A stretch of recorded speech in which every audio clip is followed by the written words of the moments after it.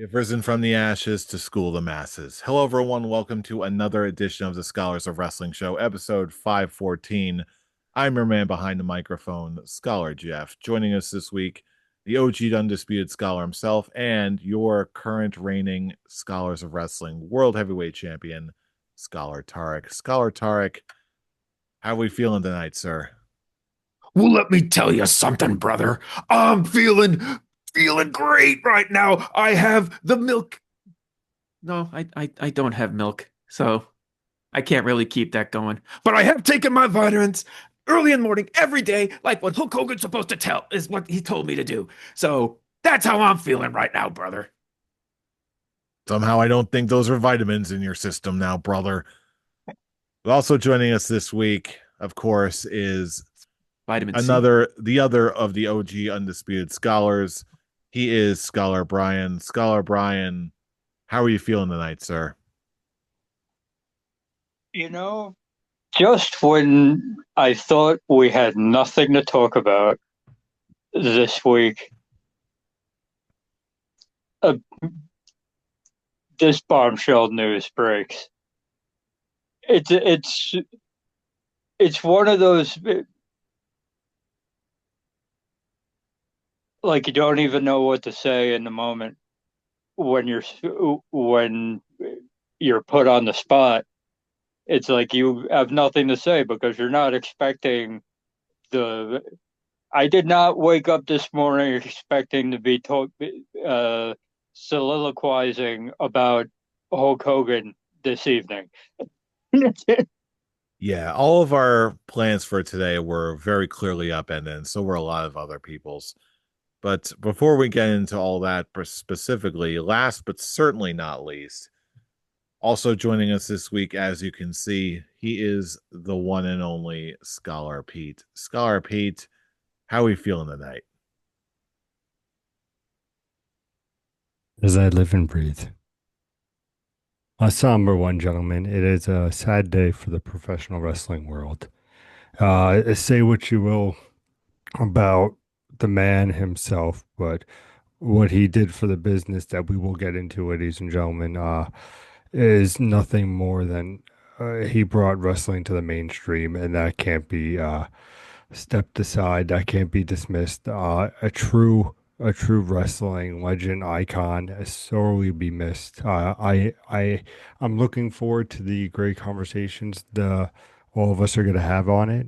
We have some great topics to discuss. So, Scholar Jeff, why don't you kick it off for us, bud? Yeah, as if every single news headline and even the title of this YouTube video, podcast, everything you're seeing, obviously, we're talking about the very recent passing of Hulk Hogan. Uh, I think it all came as a very big shock to all of us earlier this afternoon, even the day of we're recording this. Again, on our end, it was expecting to be okay. It's the week before SummerSlam. We're not really expecting too much here.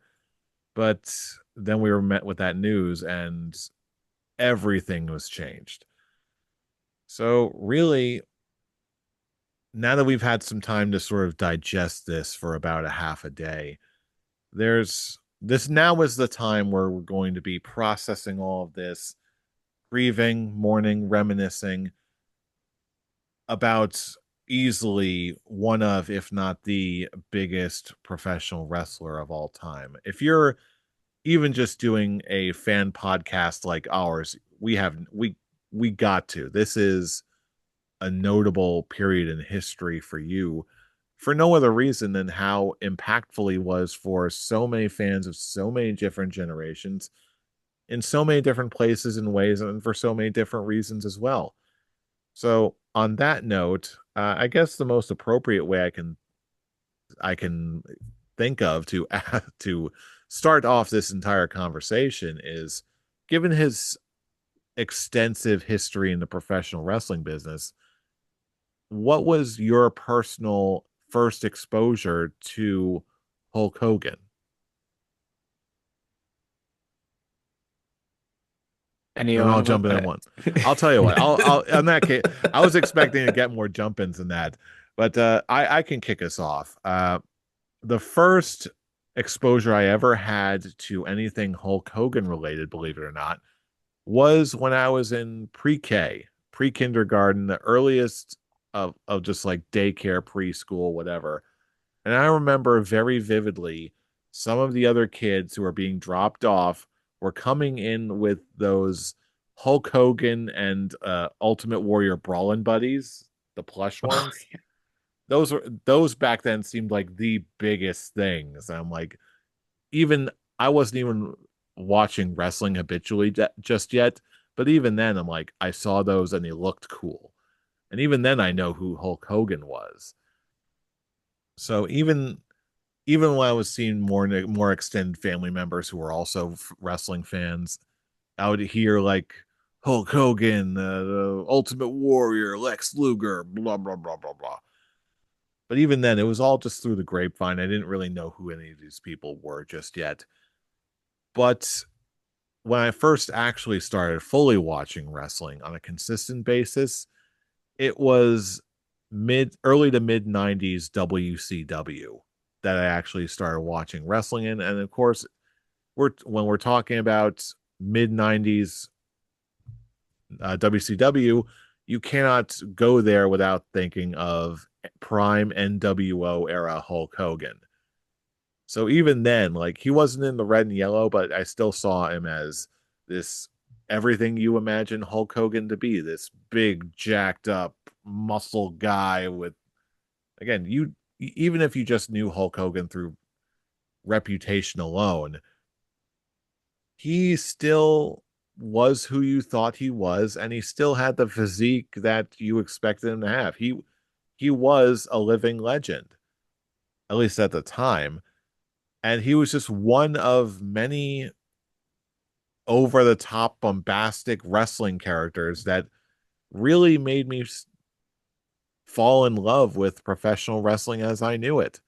And that was my first of exposure to Hulk Hogan, and then everything else would just unfurl from there for me personally. Uh, how about anyone else? Who else wants to jump in with your first memory of ever seeing anything related to Hulk Hogan? Well, I can say that I had family members I had extended family members who, when I was like 3 or 4 years old, I saw that they had a picture on their wall of Hogan body slamming Andre at WrestleMania 3, and that's how I found out that Hulk Hogan body slammed Andre a week before I was born. Wow. Legitimate. It WrestleMania 3 was on March 29th. I was born on April 4th. So legitimately a week before I was born, Hogan body slammed Andre at WrestleMania 3. And I found out about it when I was about 3 or 4 years old and seeing the photo on a family member's wall. But then I didn't really get in touch with the enormity of what Hulk Hogan was because I wasn't really involved in the wrestling world until the turn happened that began the NWO, and it was everywhere in entertainment news, in sports news. It was everywhere, and that was my first like exposure to Hulk Hogan and actually becoming a fan of wrestling was the night he turned to start the NWO, and it was everywhere. And I was like, well, if it's everywhere, it must obviously be important. Let's watch and see what this is all about. Underlips. Rocky 3. Was Rocky 3 really your first exposure to anything Hulk Hogan related? Excuse me, sir. Uh, I love me the Rocky series. Hey, I I love me believe me, I do the too. Thunderlips, but I wasn't a true Hulk Hogan fan. But until it was the heel turn at the beach, the NWO, like you gentlemen have talked about, like to know that this man, similar to what we see obviously with like the John Cena heel turn, like for this man to be just this good, eat your vitamins, say your prayers, like always good Drink with your milk. kids, stand up to a bully, always the good guy. And then for him to turn and be this just despicable man. It's like, who is this guy? It reminded me of his great 1982 movie Thunderlips. But in all I don't seriousness, even see. This is one of those things where I can't even tell if you're doing a bit or if this is actually reflecting something true here. no, it's true because I'll get into it more, but we also have to talk about what Hogan did is not only defined like a wrestling era, a wrestling industry brought into the mainstream, but he also was one of the first major stars to go over to the Hollywood and make that a viable living thing where you would have VH1's Hogan Knows Best. You all remember that show? I wish I didn't. But and it all started with Rocky 3, and he was still big at that time because it was 82, but like to get my first taste of, oh, who's this guy? Oh, he's a wrestler, but I'm here for Rocky. I'm here for this guy. And for getting stories where my dad goes, I met Hulk Hogan back in upstate New York when he was doing indie shows before he became big and all this and that. And you hear all these murmurs and all these whispers about this man. You see him on the movies, and then to see that turn at Bash at the Beach, to see, oh, this good guy turning heel, like you, gentlemen, it brought me in. It brought me to be like, oh, let me see who this guy is. Let me see this character. Let me see this greatness that you have years and years of WWE thrown away for WCW. But Scholar Talk, I would love to get your thoughts on this. Okay. So you guys know my first experience with professional wrestling was Survivor Series 1990. And yeah, and although Hulk Hogan was on that card, it was The Undertaker is what got me into being a wrestling fan. Like growing up, my parents never let me really watch wrestling. I always had to do it in like when it was late at night and they were in bed and I just snuck into the TV room and watched wrestling. And during that time, like I was always watching it mainly for The Undertaker. And like I knew of Hulk Hogan. It was just I was always into bad I was always into the bad guys. I was always into just those dark characters. So I knew of Hulk Hogan and I just was never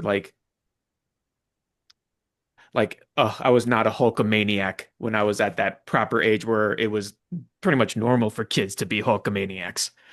But what actually got me into Hulk Hogan was going into a video store. Yeah, back when we had video stores, Blockbuster, and more specifically, I forgot what the name of it was, but it was in Oradell, right off that main road. There was just a local West video Coast store. Video. Actually, I don't even know if it was West Coast. That's another one actually. Wow, West Coast. Wasn't that in That's Paramus going Park or old something? school, man. No, West Coast Video was that was actually more towards Hillsdale, I believe. Was Okay. West Coast But Video. yeah, I was just going and at the time when now I can say this because it's VHSs aren't a thing anymore. I always took a couple of VHSs home and copied them onto blank tapes and then just returned them back to the video store and then just keep the movies that we liked. And one of them was this movie right here. I Ah, knew yes. it. I knew it. I This knew you were going to be bringing up Mr. Nanny. I knew you were going to do it. It had to because I had made it perfectly clear throughout the years I was making it my mission to have Hulk Hogan sign this copy. I even still have the chapter paper in the damn DVD case for him to sign. But yeah, it was Mr. Nanny that actually really introduced me to Hulk Hogan. And yeah, he wasn't like he was Hulk Hogan, but before I really knew better, he was Sean Armstrong. On that note, And I feel no, like that was my real first exposure to I Hulk believe Hogan. it. I And believe it. then once I started getting older and I was actually more allowed to watch wrestling up to a certain point because again, we were young and my parents was like, "You have school tomorrow. Go to sleep, damn it." No, they didn't say damn it, but they just say, "Tark, it's time to go to sleep." The damn it But was implied, of course. the damn it was implied because you could just hear it in their tones. But yeah, once that came, you guys know I wasn't the WCW guy, but I still watched every now and then because at that time we had the Bash at the Beach, we had the Hogan heel turn joining the Outsiders, Kevin Nash and Scott Hall, and it's now just crazy to believe now it's all that's left is Kevin Nash. Wow. Uh, and seeing once this guy who, as Pete put it, was the one who really helped Vince McMahon put professional wrestling in mainstream media because he couldn't have done it with anyone else. It was proven that no one could be at that level that Hulk Hogan was in the late 80s, early 90s. And he revolutionized it again with the heel turn and forming the NWO with Hall and Nash. And unfortunately, we all saw where that ended up. Yeah, it was revolutionary. It helped bring in the Attitude Era, but then also it became WCW's downfall with just how things were being run. The inmates were running the asylum type of ordeal.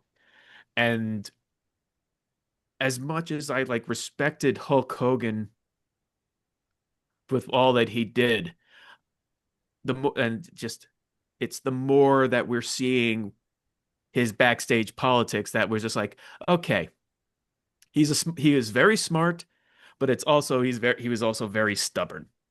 And then just more and more stories kept coming out, just him snitching, what was it, on Jesse Ventura to Vince McMahon about him unionizing. The Was very it same. Ventura? It was Ventura, yes. Okay, yeah, I had a brain fart on that. Like, yeah, it was Ventura. But yeah, and then seeing what him and Bischoff did to TNA, uh, it's like, oh, we're in TNA and we're gonna just really cripple it by trying to uh have them go against Monday Night Raw, start a new Monday Night Wars. And it's like with so many positives that Hulk Hogan gave to the industry, it's also the backstage politics that really has just led to so much controversy. The steroid scandal, uh, just and then recently the racist rants.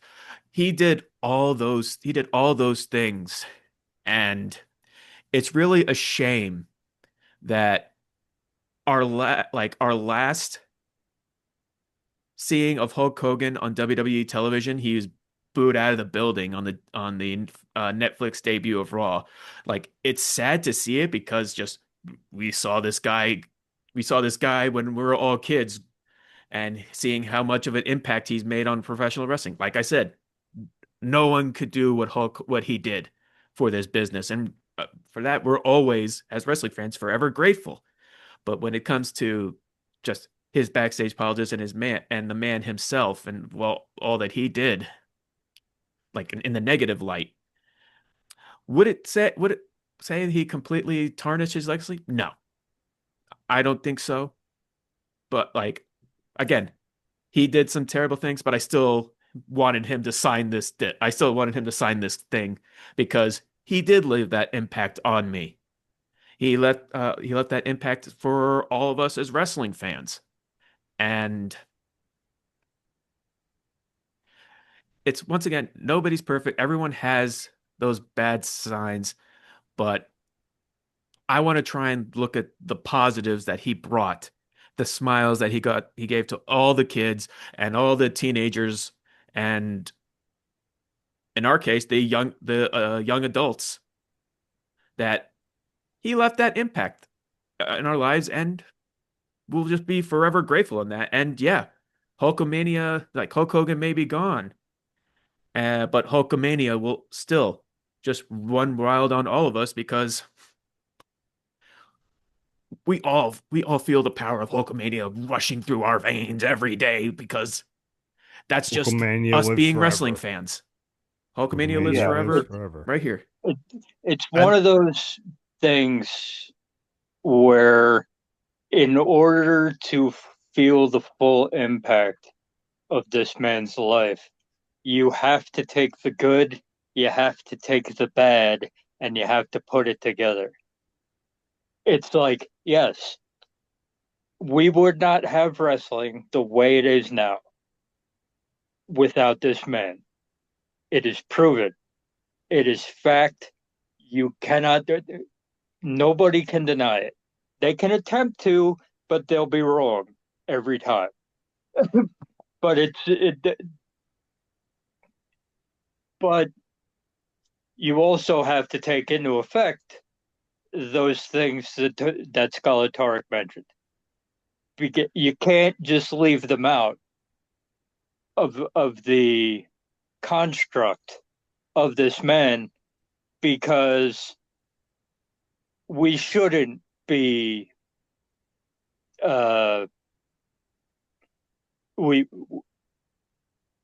we shouldn't be all gung ho all about the good because there's plenty of bad to offside it. As Tarek mentioned, you have the you have the backstage stuff that came out afterwards about everything. You have the steroid scandal, which is probably one of the reasons why this happened, because it's in all the obviousness of obvious things in this world. He did die from cardiac arrest, which steroids probably had a huge part in.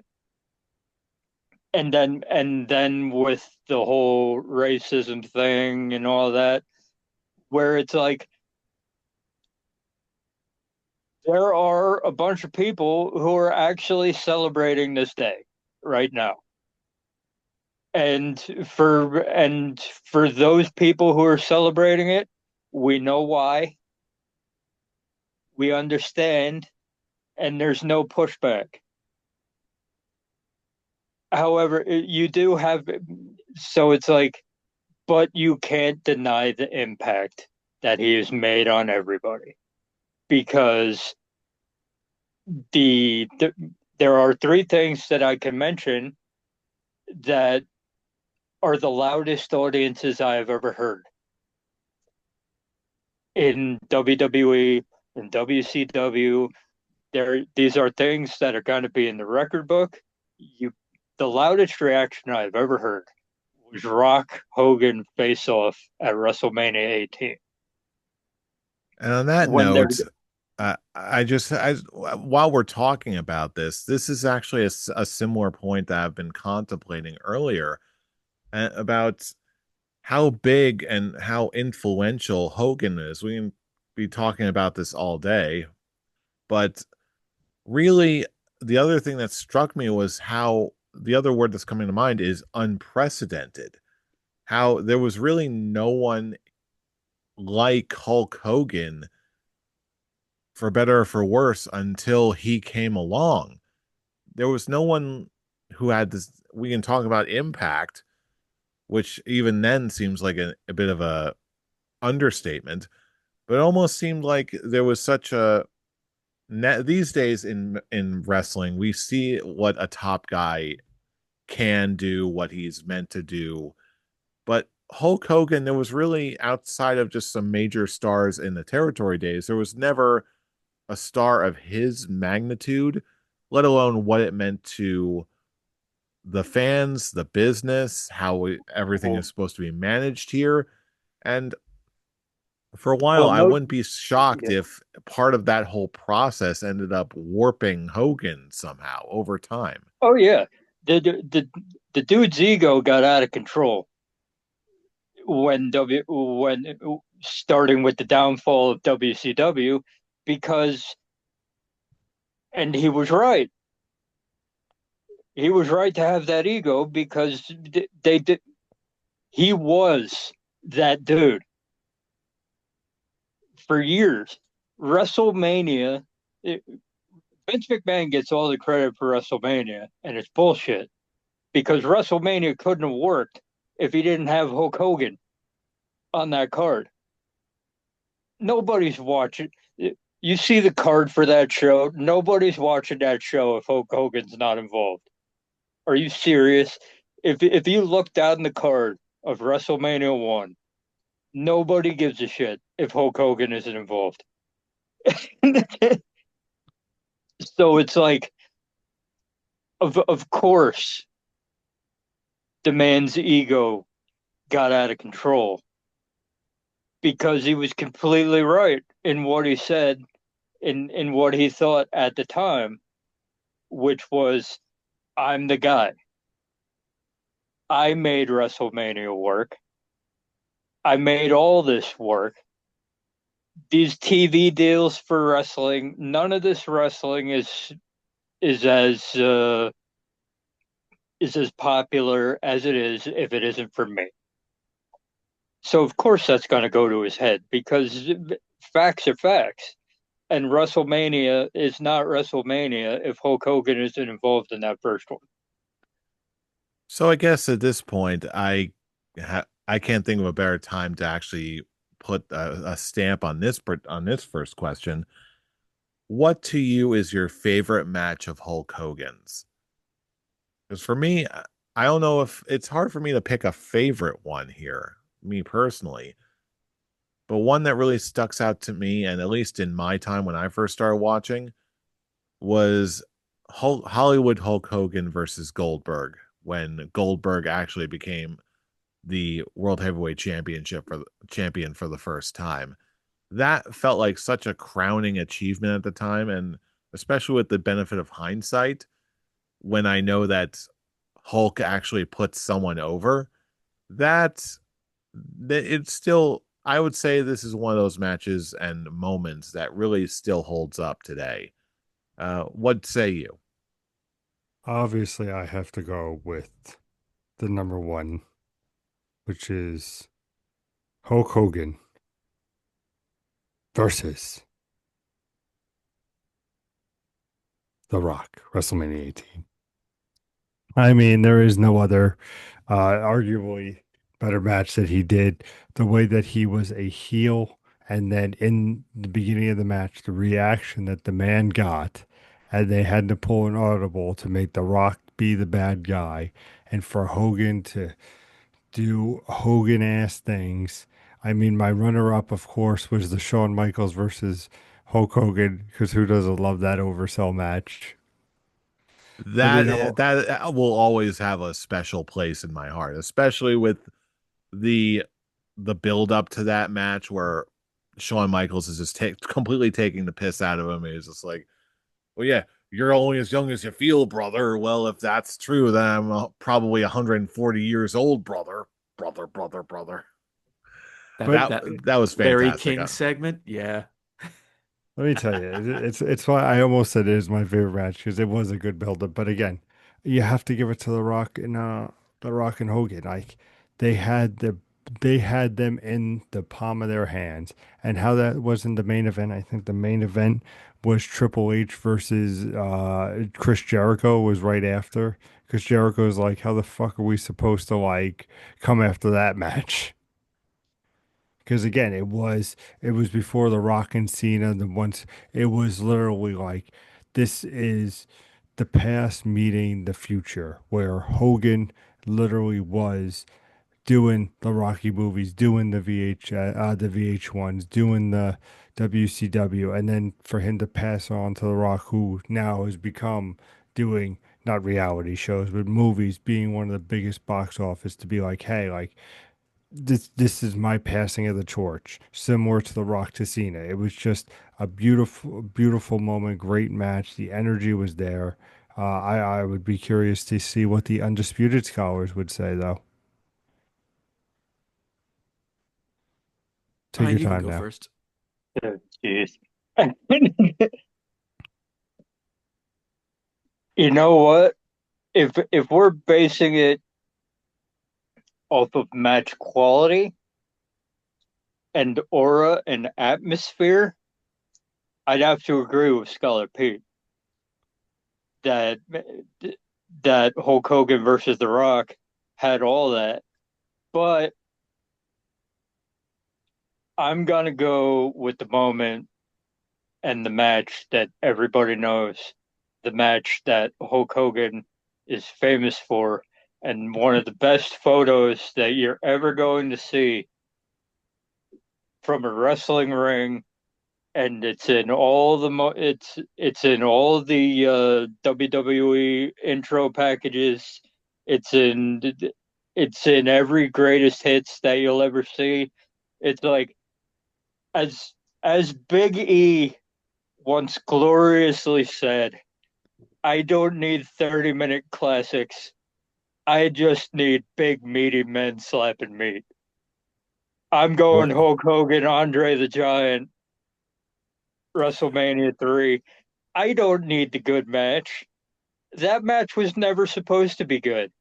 It was all about could Hulk Hogan get Andre the Giant up for the body slam? Good thing you added that And end part in because I don't know if Hulk Hogan could really put Andre up. but you know what? Penis. The image that you get, the image that you got, it, it's it's really the moment that you you got the immortal Hulk Hogan because the both of them are immortalized for all time in the wrestling business with that one shot alone. Speaking of Andre the Giant, I'm just someone posted on social media just a little newspaper clipping of a brief exchange with Andre the Giant. It's a little quote of his, and he's just saying, quote, I don't like to speak badly of people. I have grown up thinking and being told that if you cannot say something nice about someone, you should not say anything at all. But I must break that rule in this case because I hate Hulk Hogan very much. He is a big, ugly goon, and I want to squash his face. I think that about sums it up all right there. Anyway, continue, Tarek. how do you continue from that? I tell you what. Uh, He had thoughts, but that quote just You're welcome. I like to keep us on our toes here. Listen, he just wants to talk about the amazing tag team match with Hulk Hogan and Edge versus Chuck and Dale, or whatever the fuck their names were. Billy and Chuck. Billy and Chuck. Billy Gunn and Chuck Palumbo. You do Chuck and not Dale. besmirch rescue wrestlers, I guess. Yeah, that's it.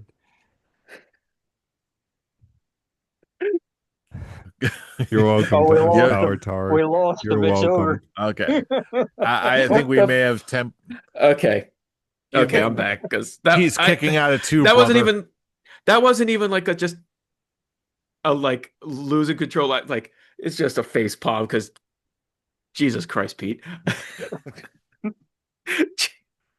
And I thought, what was it? Chad Jordan or what was it that you said? But yeah, Chad Jordan. Chad Jordan. I thought nothing could top that. But for me, I'm trying to think because like I would feel like I would from per like just for just actually seeing it live, I probably would have said Hogan versus Rock as well, or Hogan versus Shawn versus Michaels because Jesus Christ, that's just one for the ages. Uh, The but oversells, man. oh, it was the best, and I just love. You could just tell how pissed he was. He's just like, "What is this? Why are you overselling this hard?" Um, but if I had to pick a match that I've watched and I'm just thinking, okay, this is prime like peak Hulk Hogan. He's WWF champion and like he is your top guy. And if you're looking for someone to help get over, like one of the under talents to get over, I would go him, Hulk Hogan versus Ultimate Warrior, WrestleMania 6. Hmm. Hmm. Because that's another one of those matches similar to him versus The Rock, where it's like you got the two top faces, although Rock is questionable in the long run because you have Stone Cold Steve Austin. But again, that's a later discussion. But you have Hulk Hogan and the Ultimate Warrior, two of wrestling's biggest babyface stars. One is the WWF champion, one is the Intercontinental champion, and it's for the first time in Mania, winner take all. And it was just another one of those points where Hulk Hogan, like what Jeff said, Hulk Hogan put over a star. Granted, in the long run, it probably didn't help because just because I guess Warrior just screwed, as Vince McMahon would put it, Warrior screwed Hogan, Warrior screwed Warrior. Um, but in the end, yeah, when it comes to just atmosphere and presentation, Hulk Hogan and Ultimate Warrior were just two of the biggest stars. Like I said, two of the biggest stars at that time, and it was just a true WrestleMania moment to behold, seeing two larger than life stars, or as Brian, or wait, who was it? Yeah, Brian Pay, because meat slapping meat. You got these two bulking men just beating the crap out of each other, leg drop, running splash. Did Ultimate Warrior? What was Ultimate Warrior's name? He called his finish the running splash. I, I don't Did think he they actually? actually gave it a name. I don't think so either. So yeah, the running splash, and yeah, just you could just tell this was a true. It's another one of those WrestleMania moments that would just be on those highlight reels of just greatest of all time type of ordeals, from slamming Andre to Rock and Austin looking at the crowd to Shawn Michaels jumping off the ladder. I would say Hogan and Warrior lifting each other's hands after the match is another one of those moments. And yeah, I think I couldn't think of anything else that when you threw that question, Jeff. Yeah, it was the first one that popped into my head. That was just not the two ones that we've actually seen in person. Well, now here's something else that is coming to mind because all with all the moments and all the matches that we're talking about. There's a lot of things that, again, like I made mention before, that are really unprecedented for their time. And a lot of one way that really was unprecedented at the time was Hulk Hogan's appearances in other media. There were, of course, other movies, there were video games, but also there were other TV appearances. There were also advertisements. Sunday, Monday, Tuesday, Wednesday, Thank you. Thursday, The Thursday, Japanese, Friday, Saturday, Sunday comes again. the freaking Japanese air conditioning commercial. Damn it, you beat me to it, Tarek. I knew exactly what you were talking about as soon All as you right. were building it up. All right. Because So on that note, I was singing that for a good while today after the news. of course you did. I hear you. I hear you. But yeah, on that note, let's just dive right into it. Whether it's movies, video games, advertisements, other media appearances of Hulk Hogan that you remember. Uh, of course, the good one, of course, is Rocky 3, Thunder Lips, the one that made him. But of course, I'm also seeing there's the Japanese commercial. There's the I know he at one point he even did a Honey Nut Cheerios commercial where it's like no one can say no to Honey Nut Cheerios, brother. I actually But don't know that one. oh yeah, he actually did it's not overly silly, but it's an ad from the 80s for Honey Nut Cheerios that features Hulk Hogan exactly the way you expect. But then I also have to give a special shout out to the cinematic classic that is Three Ninjas High Noon at Mega Mountain. Oh God, that movie was so bad. It was, but it was so silly. It was but I don't know why I remember that. I also just remember Jim Varney being one of the villains in that movie. He was The like the cat. right-hand guy to, oh God, what was her name? The main villain was shit, what was her name? The only other movie I know this woman in was the mom in Night at the Roxbury. He Was was it Lonnie Anderson? let me see. Let's see. I just the casting in that movie was so weird. Yes, that movie was so bad. And this is someone who grew up with the Three Ninjas movies. I had Three Ninjas Knuckle Up, and Three Ninjas Kick Back on VHS. Another one of the movies that I pirated from that video store.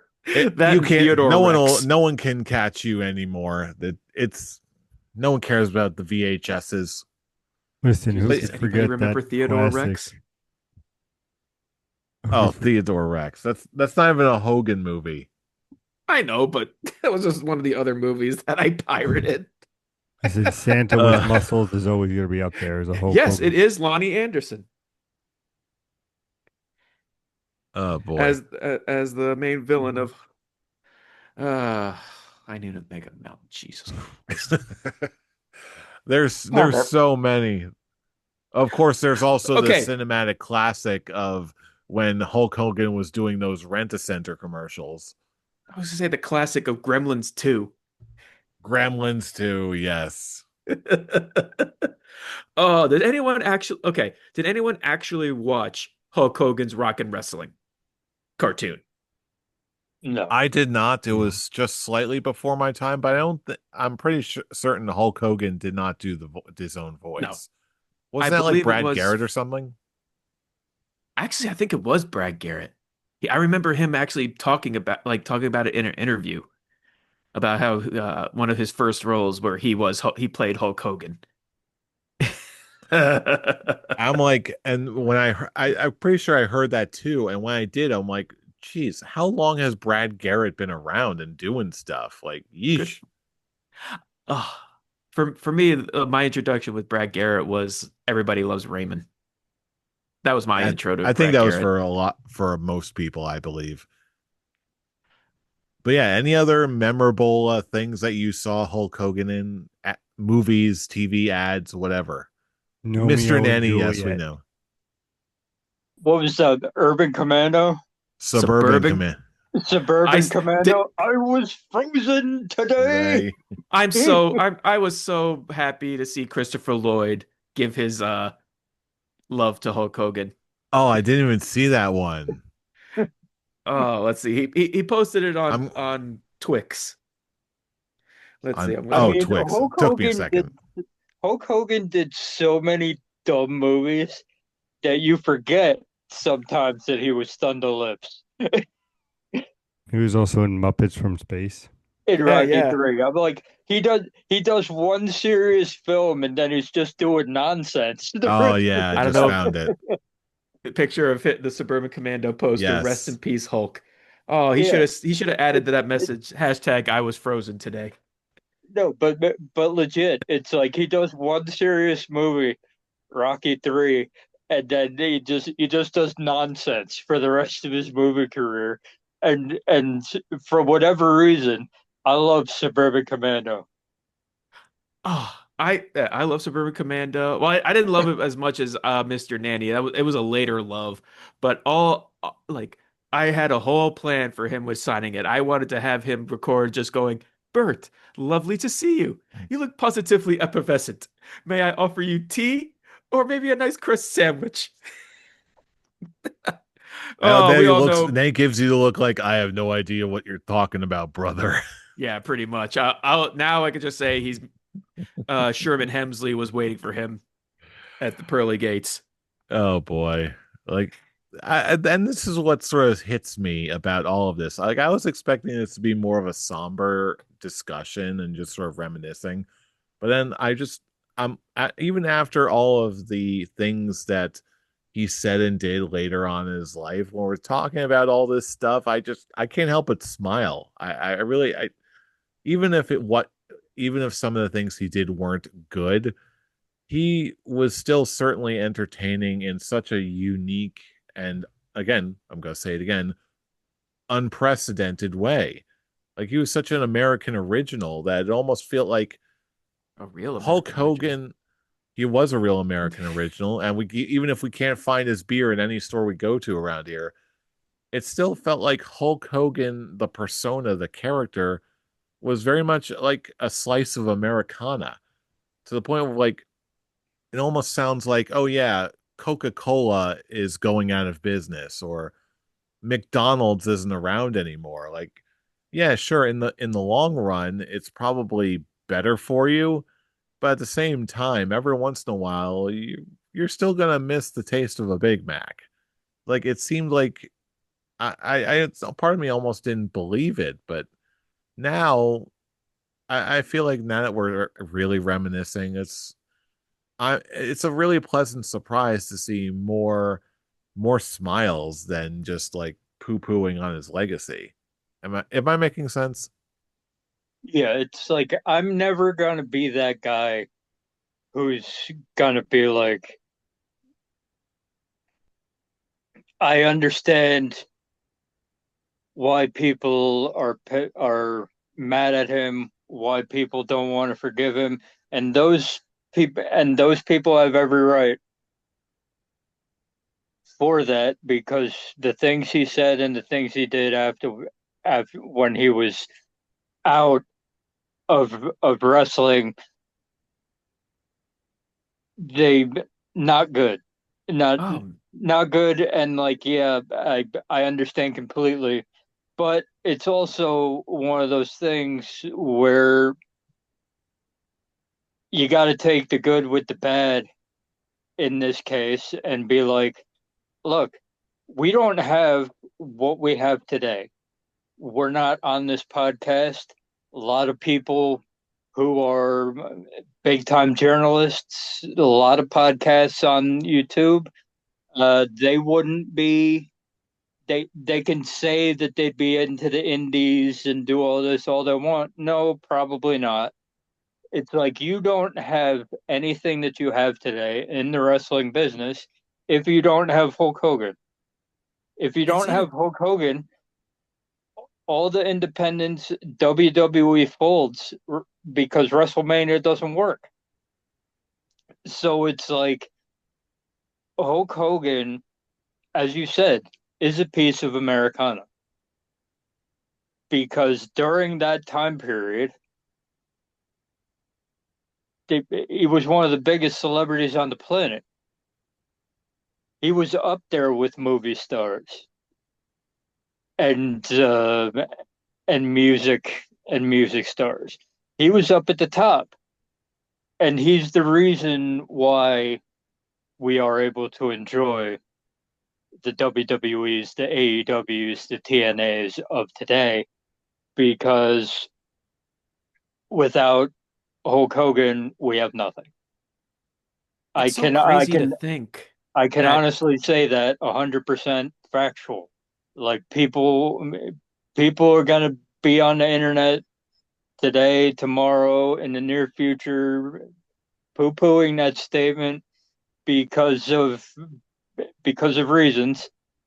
They're mad because of factual reasons. Can't be mad at them for being mad because of what he said afterwards. But we have to look 100% factually about the world we live in, and we don't have wrestling as it is today without Hulk Hogan. So it's one of those. His legacy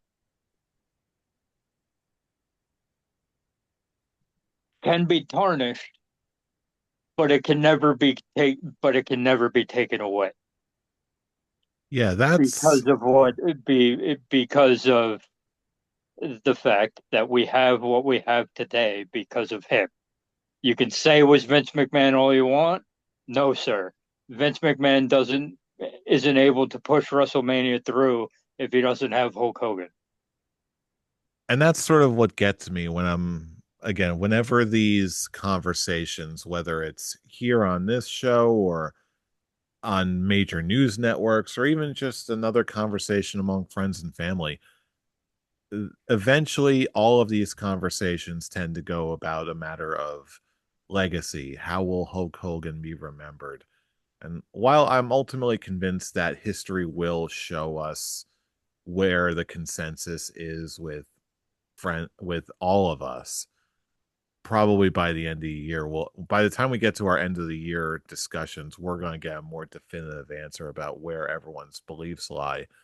But when it comes to just in these hours after, while we're still processing this, the idea of legacy is and how he will be remembered, it seems like I feel like I've never had or experienced rather a more complex blend of good and bad in a single human being, let alone a wrestler.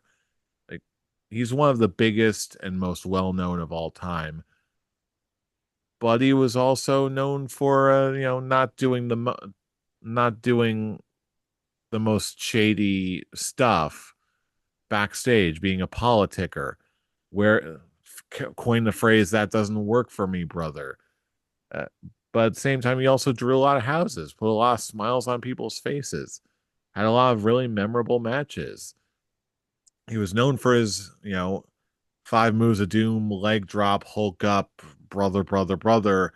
But again, if you look at his work in Japan, he can wrestle like an actual wrestler we know today. It was just more of his business acumen, that knowing that he didn't have to do all that stuff, about how, when to actually not just wrestle, but work in the way that we know it today. For every Thunderlips, there's about five Suburban Commandos, or even a few High Noon at Mega Mountains floating around.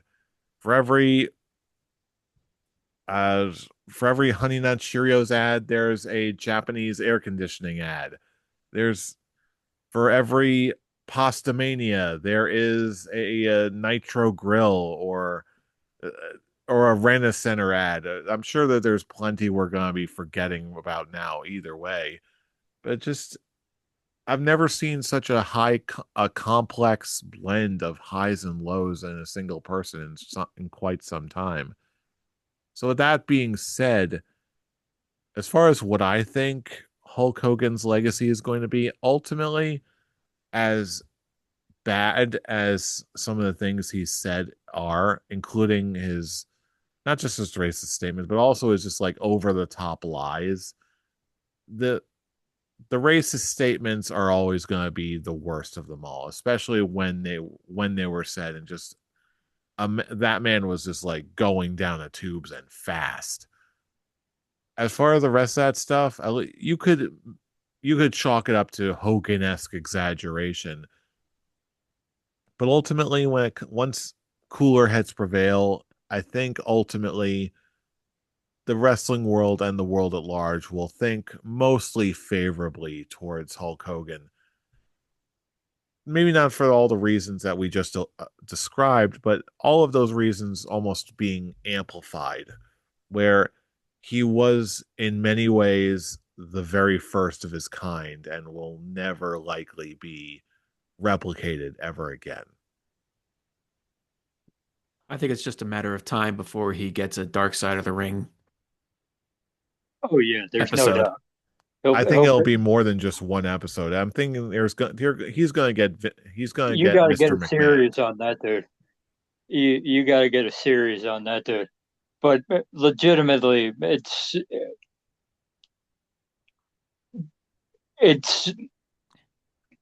it's hard because the last thing you ever saw of him on WWE TV is what Skeletor said earlier.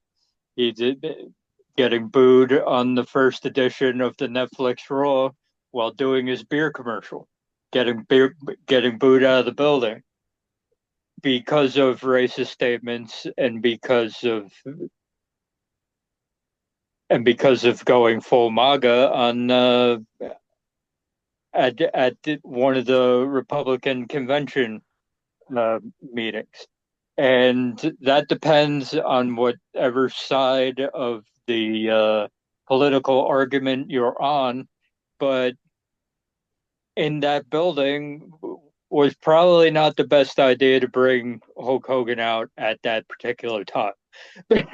we'll put it that way. But the fact of the matter will always remain, as I've stated many times during this particular show, the legacy can be tarnished due to the stories that came out, the lies that he said, the racist statements that he made, and for certain people, the political stances that he takes. However, it does not change the fact that we are not watching wrestling today the way that we are if Hulk Hogan doesn't exist. There was nobody back then who could handle the pressure of putting the biggest show that any wrestling company has ever put together. We're going to strap it to your back and you're going to be what sells it. Get your buddy Mr. T, bring him in. We'll do a tag team match and we'll make millions. And Hulk Hogan took that challenge and said, and was like, that does work for me, brother. I was waiting for that. I was waiting for that. And it's one of and the rest of it after that, none of that happens. You don't get any moments. You don't get Stone Cold. You don't get The Rock. You don't get you don't get anything. You don't get the NWO. Wrestling is done by the early 90s. If WrestleMania doesn't work. And the only reason WrestleMania worked was because of Hulk Hogan. So the legacy can be tarnished, yes. But as I said, it can never be taken away. It's actually kind of crazy because it honestly just clicked on me just a couple of months ago. I'm gonna say his name wrong because I don't know if it's Rick Derringer. Rick Derringer passed away. Yes. That he passed away a couple of months ago. And all I could think of was just real American playing. And he was one of the first people that, like, with Vince McMahon pushing WWF as the presentation more of like entrance music and presentation of the wrestler. It really did start with Hulkamania. Because I don't think there's anybody who will hear Real American and not think Hulk Hogan, not makes you want to put your hand to your ear, flex what muscles you have. Just it's crazy to think this guy. We lost him. We lost the man who brought the theme song a couple of months ago, and now we lost the man that was just added to it. And I think it was actually my wife that first pointed it out to me because I knew she was a big fan of the Rick Derringer song. She was the first person that, oh yeah, they both passed away. Like, oh yeah, I totally forgot about that. But even then, like when it came to his theme musics, I actually feel like, believe it or not, I actually feel like I kind of preferred his version of that song in WCW, American Made. Like I actually kind of prefer that to Real American, but just barely.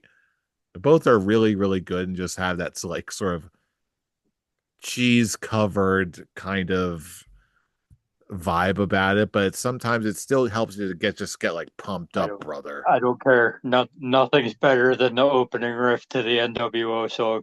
I don't care. For some reason I was expecting you to be like Voodoo Child. But then again, Voodoo Child was also unexpectedly dope as all get out. Like I did not I did not expect that one to go so I didn't expect them to get it, but it just that too worked so hard. Hmm. Yeah. It's just Well, crazy. Like, yeah, because as Brian said, we wouldn't get any of like the presentation of wrestling today without Hulk Hogan. We don't have it as mainstream. It would probably still be uh I'm trying to think of the right word for it because I won't say it still won't be the territories because Vince with the who brought the territories together when Hulk Hogan was one of those people he took from the territories and made WWF what it is today. Um all in all, just there's nothing really more else I can really say other than just for like Terry Bollea, you were a flawed human being, but that's also just you were a man of that time with some of those negative aspects. And that's the part where I'm upset with that kind of mindset that he was in. But again, he was just a man of that time. So I could when you have that thing implanted in your head when you were a child, it makes sense, but it's just disappointing to know that you can you can use the power of Hulkamania to better yourself to relearn that that is wrong. And I think the part that upset me the most about that is just how he went about it. Like the whole I'm not apologizing for what I said. I'm just apologizing because I got caught saying it. And that's the part that was the real disappointing aspect that made me upset more than it's like, okay, he's not learning he didn't learn he's not learning his lesson and he's choosing not to. So that's the part that's again, you're not growing, you're not adapting to the times and you're sticking with the past. And that's just the part of Hulk Hogan that when I look back and remember him, I'm not gonna look at that. Yes, it did happen, but I want to try and remember the character over the man. And that's the part that's people that they're gonna definitely people are gonna remember. They're gonna remember the character of Hulk Hogan. The fans are gonna remember the character of Hulk Hogan. Take your vitamins, drink your milk, say your prayers, all that. Absolutely. Not the racists who was like, oh, he'll put like one or two people over, but he'll use his politics, he'll use the thing to get what he wants, and he'll say one thing and do another. And he can't be someone that it just can't be trusted for some. So again, So I'll like it's still a thank you for what you brought to the business. I just wish you would have really took with that character, took the character and bettered yourself for the human being aspect. so for my final thoughts on Hulk Hogan, is with legacy, we have to bring it up. He's synonymous with wrestling. It's like bringing up hockey and not talking about Wayne Gretzky. It's like Hmm. bringing up football. Everybody knows Tom Brady. Everybody knows, these great athletes, Michael Jordan, Tiger Woods, these iconic people in these sports. And Shooter again, McGavin. there's no Shooter McGavin, aka Happy Sorry, Gilmore I had to. tomorrow for all you Netflix fans out there. But I had to. but in all seriousness, it's something where the man is on a Mount Rushmore of wrestling. There's no doubt about it. What he did for the business, what he has accomplished is remarkable. What he does outside and the comments he makes, obviously we've touched on it a bunch. I'm not gonna keep beating that horse, but it's at the end of the day, for my thoughts on his legacy is if you think wrestling, you're gonna think Hulk Hogan. And at the end of the day, that's something that will be immortal, brother. Jeff? Yeah, I as far as my final thoughts on his legacy and just how he will be remembered, I I have been like Tarek. I have also been very deeply troubled by his just, at least for a time, his unwillingness to grow and change. Uh, because he is a performer, I've also seen him like post pictures of just like him like being baptized and all that, and that's the kind of stuff I take really seriously. Like I really, there's a part of me that really wants to believe that there is some chance that he was really working on himself and trying to improve and trying to grow and trying to change, that we just never saw. And we also found out earlier today that from his daughter Brooke that she also hasn't spoken to him in a couple of years. So we can, all of his professional exploits are very well known, as if this all this time is not very obvious. But and his crimes are obviously what they are. But I have to confess that there's still a small part of me that he, at least, even if not publicly, he made the attempt to change. I really want to believe that, even if it's not true. Because otherwise, I want to believe that some change was at least in the process. Yes, damage was undoubtedly done. Yes, both the highest of highs and lowest of lows. But at the end of the day, I would, like we talked about, ultimately, I would like to believe the best in Hulk Hogan, just not because of his lowest flaws, but hopefully in spite of them. I want, I'm naturally one of the times of people who wants to believe the best in people.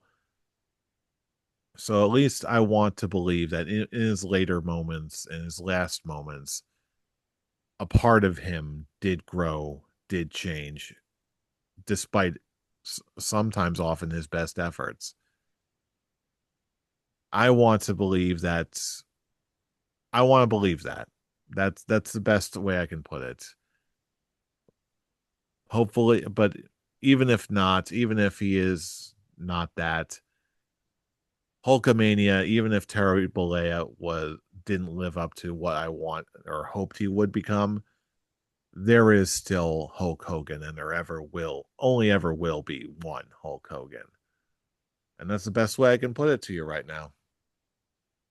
I'm really curious on how his wrestling show with Eric Bischoff is going to go now. I know the show must go on, and it was coming close to their first, like their debut show of that. Well, I mean, it's a What was Yeah, it? it podcast, was. right? American Wrestling, the American Wrestling League?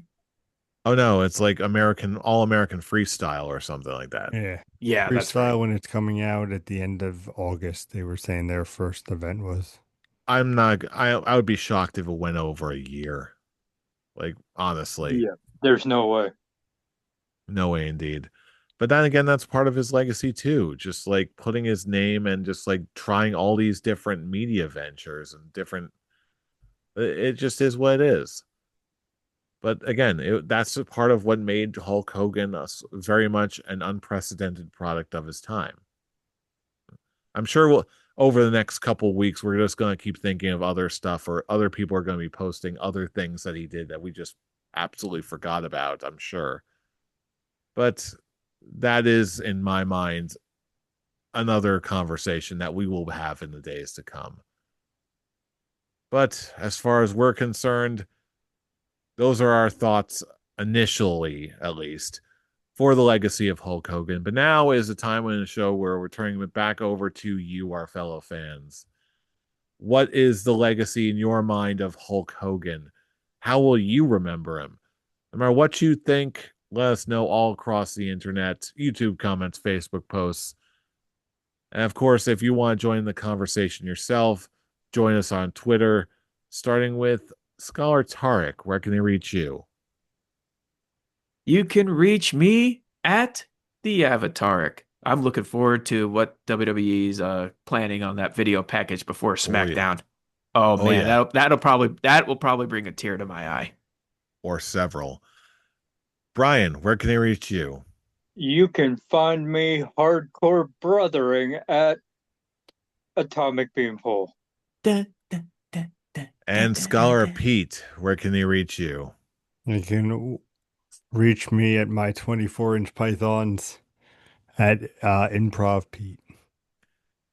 And you can find me at I'm Robbie Rage.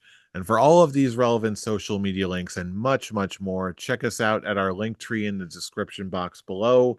That's linktree/Scholars of Wrestling. And with that, at long last, we are closing out chapter in the world of Hulkamania. But we're going to be back next week to cover the next chapter to come in SummerSlam because you know who we are. We are the Scholars of Wrestling, and you have just been schooled. You're welcome. You're welcome. See you all, and may Hulkamania live forever, brother. I'm gonna go watch Mr. Nanny now. Let's do it.